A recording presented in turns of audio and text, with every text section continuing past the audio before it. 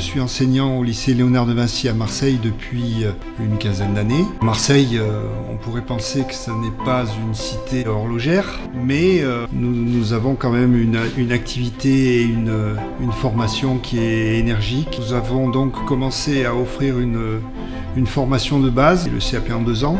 Ensuite, nous avons récemment proposé un cursus complet à nos élèves, puisque maintenant nous allons jusqu'au BMA, niveau 4, niveau bac. Donc ça représente 4 ans d'études. Je suis élève au lycée Léonard de Vinci, en CAP 1 an. Je suis en horlogerie au lycée Léonard de Vinci. Terminale BMA horlogerie. BMA horlogerie. BMA horlogerie. Juste avant, j'ai fait un BTS en design de produits et j'ai voulu me spécialiser dans l'horlogerie parce que je suis passionnée par ça. Puis toute petite, j'ai été vraiment bercée par l'horlogerie et par tout ce qui était mouvement, mécanique. Mon grand-père m'a fait découvrir ce métier et ça m'a beaucoup plu. J'aime bien tout ce qui est puzzle, tout ce qui est engrenage et tout ça. Je suis titulaire d'un baccalauréat technologique. J'ai fait 1 an d'IUT. Après, je me suis réorienté donc vers un métier plus manuel, plus artistique. Pour travailler sur une montre, pour moi, il faudrait de la passion et de la patience. Parce que quand je travaille sur une montre, je pense pas forcément à toute l'histoire qu'il y a eu derrière, le pourquoi en fait j'en suis arrivée là. Mais j'en viens plus à voir en fait le futur. J'ai pour but de créer ma propre marque de montre si j'en ai la possibilité. Moi, mon parcours, je le vois en tant qu'horloger plutôt de réparation. J'aimerais bien faire un atelier de réparation.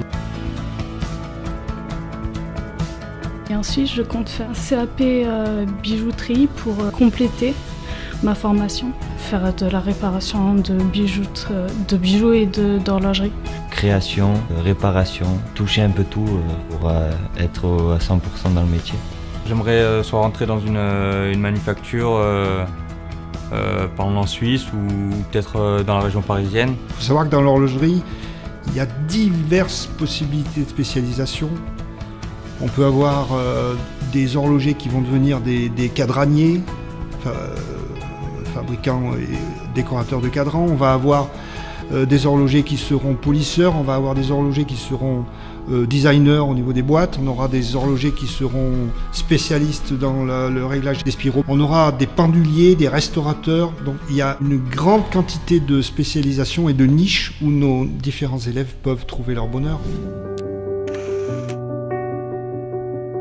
Les manufactures françaises ont du mal à vivre. Pourquoi ? Parce que malheureusement tout leur savoir-faire, tout leur, je dirais même leur main-d'œuvre se sont enfuis, tous leurs cerveaux se sont enfuis en Suisse. La France a son mot à dire en matière d'histoire dans l'horlogerie. Si on repart au XVIIe siècle, les Anglais ont eu leur place, certes, mais les Français aussi. Quand on pense à des noms comme Leroy, quand on pense à des noms comme Breguet, pourquoi on n'a pas des industriels qui ont pensé à ce problème-là et qui ont pensé à restaurer cette image que l'on mérite bien en France. Notre formation est là, les élèves qui sortent chaque année de nos établissements sont prêts, certains qui sont brillantissimes, qui pourraient éclore de grandes marques. Heureusement pour nous, nous avons plusieurs écoles en France qui encore forment des horlogers, qu'on a le savoir-faire finalement. La Suisse ferme beaucoup les frontières aux Français, ce qui est dommage, parce que je trouve quand même que l'horlogerie, ça devrait pas être juste une question de je suis le meilleur ou je suis pas le meilleur. Je pense que c'est une question de passion, il faut vraiment que ça perdure. L'horlogerie ne devrait pas en fait mourir, que ce soit en France ou en Suisse, peu importe, je pense que l'horlogerie ne devrait pas mourir. Et je pense qu'on a besoin de jeunes, que ce soit moi ou peu importe les gens de ma classe, pour justement pouvoir en fait relancer tout ça.